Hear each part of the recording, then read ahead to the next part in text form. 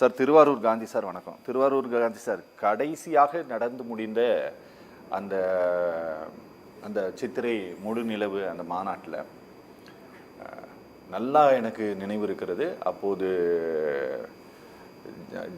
ஜெயங்கொண்டத்தினுடைய சட்டமன்ற உறுப்பினராகத்தான் திரு காடுவெட்டி குரு இருந்தாருங்கிறது என்னுடைய நினைவு. கரெக்டாங்கிறது நீங்கள் சொல்லுங்கள். அப்போது அவர் பேசிய பேச்சுக்கள் எல்லாம் பெரிய சர்ச்சையாக மாறியது நமக்கு நினைவு இருக்கிறது. அப்போதும் சமூக நீதியை பாட்டாளி மக்கள் கட்சி பேசி கொண்டு தான் இருந்தது. இன்றும் சமூக நீதி தான் தங்களுடைய நோக்கம் அப்படின்னு இருக்கிறாங்க. ஆனால் இந்த மாநாட்டின் அதனுடைய தோற்றமும் அதனுடைய வெளிப்பாடும் மாறி இருப்பதற்கான வாய்ப்புகள் இருக்குமா சார்?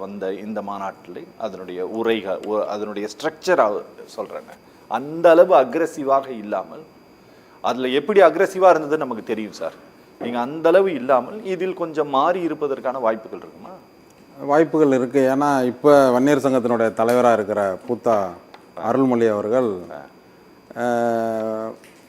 முதலில் வன்னியர் சங்கம் ஆரம்பிக்கும் பொழுது அவருடைய தம்பியும் இவரும் 80க்கு முன்பாகவே வன்னியர் சங்கத்தை உருவாக்கியவர். ஓகே. அதற்கு பிறகு எல்லா வன்னியர் சங்கமும் ஒன்றாக இணையும் பொழுது ஐயா தலைமையில் அவர் அந்த சங்கத்தில் இணைந்தார். சரி. அதனால் நீண்ட அனுபவம் உள்ள ஒரு நபர் தான் இன்றைக்கு வன்னியர் சங்கத்தினுடைய தலைவராக இருக்கிறார். சரி. அதனால் அப்படி ஒரு எதிர்ப்பான ஒரு பேச்சு அந்த மாநாட்டில் இருப்பதற்கான வாய்ப்பே கிடையாது அப்படின்னு தான் நான் நினைக்கிறேன். Okay okay. ஏன்னா பல மாநாடுகள் நடக்கும் போதெல்லாம் அப்பொழுது இருந்த தலைவர்களுடைய ஸ்பீச்சு, அதனால் வந்த வழக்குகள்லாம் உங்களுக்கு தெரியும். ஆனால் இப்பொழுது அதுக்கான வாய்ப்பு கிடையாது. ஆனால் இப்போ எல்லாருடைய வன்னியர் மக்களுடைய எண்ணம்லாம் என்னன்னா, நம்ம 40 ஆண்டுகளாக இடஒதுக்கீட்டுக்காக போராடிக்கிட்டே வரோம். பல பரிமாண வளர்ச்சியை பாட்டாளி மக்கள் கட்சி வன்னியர் சங்கத்துக்கு பிறகு உருவாக்கி வந்துவிட்டது. மத்தியில் அமைச்சர்கள், மாநிலத்தில் ஆட்சியை நிர்ணயிக்கக்கூடிய சக்தியில் எம்எல்ஏக்கள் அப்படியெல்லாம் வந்த காலங்கள்லாம் உண்டு. அது மாதிரியான அதிகாரம் இருக்கும் பொழுது இந்த இடஒதுக்கீடு, தனி இடஒதுக்கீடை வன்னியர்களுக்கு பெற்றிருக்கலாமே அப்படின்ற ஆதங்கம் வன்னிய மக்களிடம் இருக்கிறது. இன்றைக்கி 20% அன்றைக்கு 87ஆம் வருடம் 7 நாள் உலக சரித்திரத்தில் வன்னியர் சங்கத்தை தவிர உலகத்தில் ஒரு ஜாதிக்காக 7 நாட்கள் மறியல் செய்த வரலாறு உலகத்திலே கிடையாது. புரியுது. அதே போல் முதலில் இந்த சித்திரை பெருவிழாவை மகாபலிபுரத்தில் நடக்கும் பொழுது உலக அளவில் ஒரு ஜாதிக்காக இவ்வளோ பெரிய கூட்டம் கூடியது கிடையாது. அதே போல் வன்னியரனுடைய மகளிர் பெருவிழா பூம்புகாரில் நடக்கும், அந்த விழாவிற்கும் உலக அளவில் ஒரு ஜாதி அமைப்புக்கு இவ்வளோ பெரிய கூட்டம் இருந்தது கிடையாது. சரி. அப்படி ஒரு மிகப்பெரிய கூட்டம் வருகிறது. அதனால் வருகின்ற அரசியல் அதிகாரத்தை பயன்படுத்தி அந்த சமுதாயத்திற்கு வேண்டியதை நீங்கள் அதிகாரத்தில் இருக்கும் போது செய்யவில்லையே அப்படின்ற ஏக்கம் வன்னிய மக்களிடம் இருக்கிறது.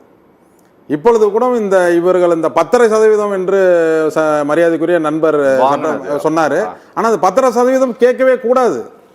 ஏனென்றால் இன்றைக்கு மாநில அமைச்சராக இருக்கிற சிவசங்கரன் அவர்கள் 10.5% விட அதிகமாக அரசு பதவியில் நாம் போகிறோம் என்று ஆதாரபூர்வமாக அவர் அறிவிக்கிறார். அது சகோதரருக்கும் தெரியும், பத்திரிகையாளர்களுக்கும் நன்கு தெரியும். அப்பொழுது 10.5% மேலே அரசாங்க பதவியில் இருக்கும் பொழுது நாம் ஏன் 10.5% கேட்க வேண்டும்? புரியுது சார், புரியுது. அந்த பழைய 20% இடஒதுக்கீடையே கேட்டுதான் இந்த சங்க மாநாட்டில் தீர்மானம் நிறைவேற்ற வேண்டும் என்பதுதான் வன்னிய மக்களினுடைய ஆசை. Okay sir. அதே போல் வன்னிய மக்கள் இவ்வளவு இன்றைக்கு ஒரு இக்கட்டான நிலைமையில் இந்த கூட்டம் நடக்கிறது. உங்களுக்கு தெரியும், நாட்டில் பல பிரச்சனைகள், ஒரு போர் மேகங்கள் சூழ்ந்த சூழ்நிலையில் இந்த மாநாடு நடக்கிறது.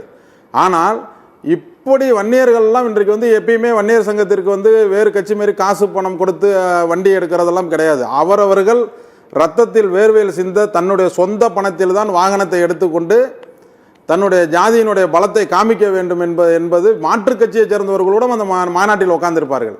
ஓகே. நாங்கள் அப்பொழுதெல்லாம் வன்னியர் சங்கத்தில் நாங்கள் இருந்த காலத்திலாம் பார்த்தீங்கன்னா மாநாடு நடக்கின்ற இடத்தில் எல்லா கட்சி கரை வேட்டியும் கட்டியவர்கள் எல்லாம் ஜாதி என்ற ஒரு கொடையின் கீழ் அந்த மாநாட்டில் கலந்து கொள்வார்கள். Okay okay. இப்படி வரலாற்று சிறப்பு மிக்க ஒரு மாநாட்டை என்னை பொறுத்தவரை இதுவரை நடந்த வன்னியர் சங்க மாநாட்டை விட இந்த மாநாடு சிறப்பாக இருக்கும் என்றுதான் நினைக்கிறேன். நீங்கள் கேட்ட கேள்வி மாதிரி ஒரு கான்ட்ரவர்சியான சப்ஜெக்டை பேசக்கூடிய யாரும் அந்த மாநாட்டில் இல்லை. ஓகே. மிக முதிர்ச்சியான நபர் தான் பூத்தா அருள்மொழி அவர்கள். அவர்தான் சங்கத்தினுடைய தலைவராக இருக்கிறார். ஓகே. ஆனால் இன்றைக்கு இந்த மாநாட்டினுடைய நோக்கம் இவர்கள் அதிகாரத்தில் இருக்கும் பொழுது செய்யாமல் இன்றைக்கு செய்கின்ற ஒரு சூழ்நிலையை எப்படி உருவாக்குவார் என்ற எண்ணம் எல்லா வன்னிய மக்களிடம் இருக்கிறது. Okay okay okay. சட்டமன்ற உறுப்பினர்கள் அருள் சொன்னது போது அன்றைக்கு ஐயா அவர்கள் அறிவிக்கும் போது வன்னியர்களுக்கு மட்டும் இடஒதுக்கீடு கேட்டு போராடவில்லை, அது உண்மை. ஓகே. 87ஆம் ஆண்டு சாலை மறியலில் வன்னியர் உள்ளிட்ட அனைத்து ஜாதிகளுக்கும் இந்த இடஒதுக்கீடு வேண்டும் என்றுதான் போராடினார்கள். அதற்கு பிறகு ஆட்சி அமைத்த தமிழ்நாட்டினுடைய முதலமைச்சரான கலைஞர் அவர்கள் 107 ஜாதியை, வன்னியர் உள்ளிட்ட 107 ஜாதியை ஒருங்கிணைத்து 20% வழங்கினார்கள். புரியுது. அதனால் இந்த இடஒதுக்கீட்டில் வன்னியர்களுக்கு சரியான இடஒதுக்கீடு கிடைக்கவில்லை என்றதால் தனி அதிலிருந்து உள்ளொதுக்கீடை இன்றைக்கு வலியுறுத்துறாரு. Okay okay okay. அந்த வலியுறுத்தக்கூடிய அளவுகோல் இருக்குல்ல 10 என்பது மிக மிக மிக குறைவு. ஏனென்றால் அப்பயே 2 கோடி வன்னியர்கள் இருக்கிறார்கள் என்று 87ஆம் ஆண்டு அறிவித்த இதே வன்னியர் சங்கம் இன்றைக்கு அதனுடைய மக்கள் தொகையை ஒரு 20% நம்ம கூட சேர்த்தால் கூட இவர்கள் 20%க்கு மேல் தான் இடஒதுக்கீடை கேட்க வேண்டும். ஆனால் ஜாதிவாரி கணக்கெடுப்பு எடுக்கும் பொழுது நீங்கள் வேண்ட இதே டிபேட்டில் நம்ம பேசுவோம், வன்னியர்களுடைய எண்ணிக்கைப்படி 20%க்கு மேல் தான் வன்னியர்களுக்கு இடஒதுக்கீடு கிடைக்கும் என்பதை இந்த நேரத்தில் பதிவு செய்கிறேன். Okay okay.